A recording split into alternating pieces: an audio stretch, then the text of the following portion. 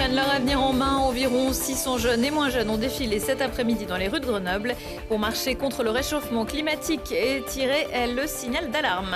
Officialisation du bail de l'orangerie entre la Grande Saison et la mairie de Grenoble. Dans ce bâtiment du 19e siècle, le collectif veut créer un lieu multi-usage sur la valorisation des savoir-faire locaux. Et puis depuis 16 ans, le musée de Grenoble propose des expositions hors les murs pour aller à la rencontre des Grenoblois au sein de leur quartier, à découvrir en ce moment dans les locaux de Solexine.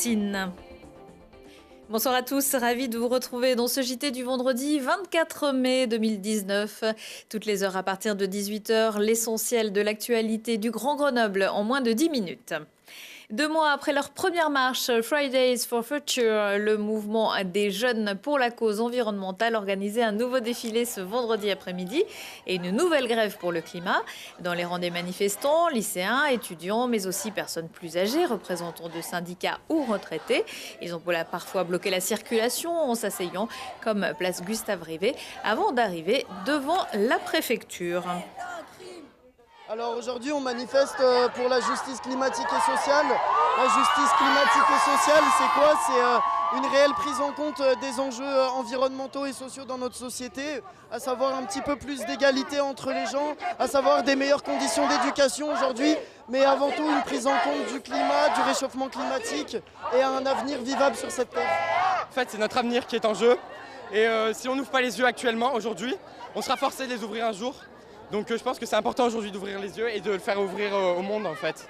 C'est n'importe quoi, il y a une surconsommation, on a déjà dépassé le jour de dépassement, alors que d'habitude il est en octobre, enfin, c'est n'importe quoi. Heureusement qu'on est tous dans la rue pour montrer qu'on n'est pas d'accord avec ce fonctionnement, avec ce système. Enfin, faudrait que ça change parce que si on continue comme ça, dans quelques décennies, notre planète elle sera polluée, elle sera complètement détruite. Et il n'y a pas de planète 2, enfin, je veux dire, il faut en prendre soin et c'est n'importe quoi.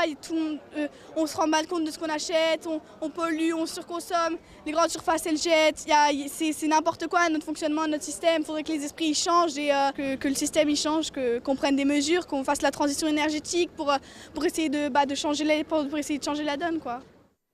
Et samedi, un autre défilé pour le climat est prévu à Grenoble, cette fois à vélo. Le cortège se lancera à 13h30 du parc Paul Mistral pour rejoindre le plateau dans le quartier Mistral.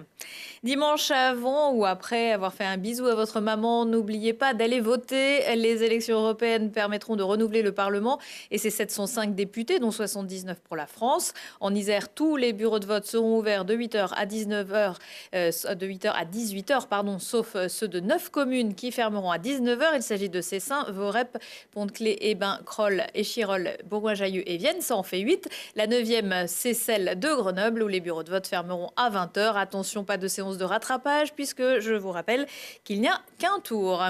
Arrivé en janvier, le procureur de la République de Grenoble poursuit son grand ménage de printemps. Éric Vaillant a annoncé ce mardi l'interpellation et le placement en détention provisoire d'un Isérois de 26 ans. Mardi, peu après minuit, il effectuait des allers-retours entre 2 voitures, boulevard de l'Esplanade à Grenoble. Véhicules dans lesquels les policiers ont découvert 23,3 kg de résine de cannabis, 1 kg d'herbe, 200 grammes de cocaïne, un pistolet automatique et plus de 33 000 €. Un fusil à pompe et 13 kg d'herbe de cannabis ont également été retrouvés à son domicile. Le suspect a été placé en détention provisoire en attendant son jugement prévu le 28 juin. C'était elle, la star de la matinée dans la salle du Conseil métropolitain au Forum à Grenoble. Les élus ont pu voir en vrai et toucher la Coupe Magnus, le trophée du championnat de France de hockey sur glace, gagné par les Brûleurs de Loup grenoblois il y a quelques jours. Plus sérieusement, parmi les délibérations votées, celle actant la création d'un règlement local de publicité intercommunale qui doit limiter le nombre de grands panneaux et de pollution lumineuse dans les communes de l'agglo. Mais pour l'association Paysages de France, on est encore loin du compte. Écoutez la réponse de Yannick Olivier, interrogé par Lilian Veillé. Les grandes orientations, c'est la suppression des grands panneaux publicitaires pour les réduire à 4 mètres carrés et la suppression des panneaux numériques à l'exception des abris voyageurs et suivant des modalités dans certaines communes de plus de 10 000 habitants. On va faire 30 panneaux numériques dans les abris voyageurs, mais en contrepartie, les publicitaires s'engagent à supprimer 200 panneaux publicitaires classiques.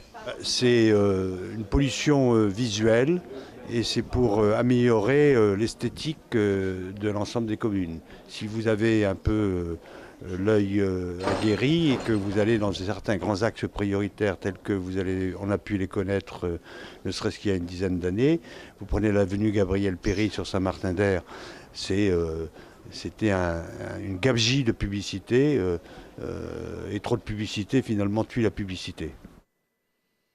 Et les enseignes qui ne respectent pas le règlement disposeront d'un délai de 2 ans pour s'y conformer. À quelques mètres du forum, le bâtiment de la métro, c'est l'Orangerie, propriété de la mairie de Grenoble, mais longtemps abandonnée, qui s'apprête à aborder une nouvelle étape de sa vie. Construite à la fin du 19e siècle sur un terrain occupé par un ancien jardin municipal, l'Orangerie va bénéficier de l'appel à projet lancé par la municipalité pour un projet de food court, un concept de plus en plus à la mode. Explication Lucille Dailly. Elle portait bien son nom, mais impossible pour le public de s'en rendre compte, à moins de frotter un peu les vitres usées et d'apercevoir quelques orangers et autres espèces végétales à l'intérieur. Désormais aussi vide que massive, l'orangerie s'apprête à changer de vie, à prendre vie, à ouvrir ses portes, à accueillir du monde et grouiller d'activités. Les gens ici vont pouvoir se détendre, se restaurer, boire un verre, assister à un concert, pouvoir échanger avec des artisans d'art. Ils vont pouvoir mettre la main à la pâte et on ne s'arrêtera pas là. Ça va bouger perpétuellement.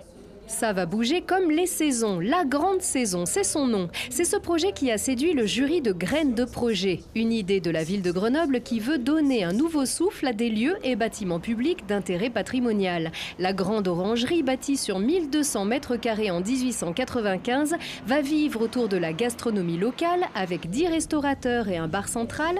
Des artisans et artistes seront là autour d'ateliers, d'événements culturels et même un espace de coworking et un atelier de réparation pour un lieu très tendance comme il s'en développe dans les grandes villes européennes.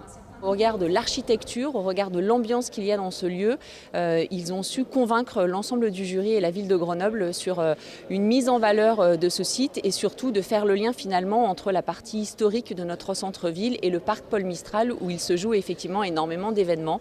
Donc un joli pari, un pari audacieux, jeune et avec un mélange d'énormément de savoir-faire et c'est ça que nous avions envie de soutenir.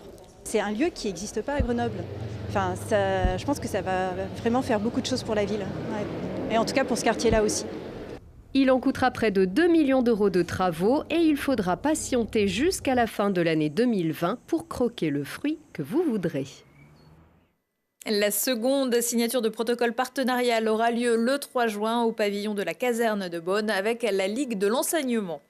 Le musée de Grenoble pousse les murs jusqu'au 6 juin. Un ensemble d'œuvres du XXe siècle choisies parmi les collections permanentes du musée sont visibles dans les locaux de Solexine, dans le quartier Ampère. Raconte-toi réunit des portraits et des autoportraits. Une installation dans un environnement proche et familier, mais pourtant menacé. Pierre Moni.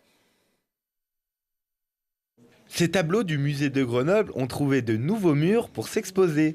Dans le cadre de la 14e édition des expositions Hors les murs, les habitants du quartier Ampère ont pu découvrir ces œuvres réunies cette année autour du thème de l'image de soi. Une initiative du musée qui vise à rapprocher la culture des quartiers.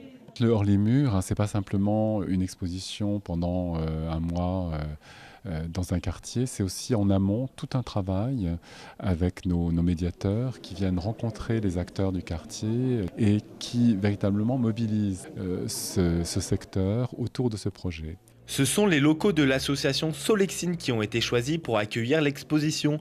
Habituellement, ces lieux sont occupés par des ateliers de pratiques artistiques en tout genre, destinés aux personnes pour qui l'art n'est pas toujours accessible.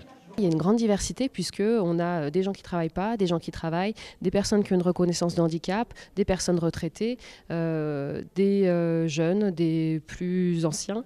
Et c'est une des richesses de l'association, c'est qu'on parle souvent du vivre ensemble, c'est un mot assez galvaudé parfois, mais ici en tout cas on le vit, on l'expérimente.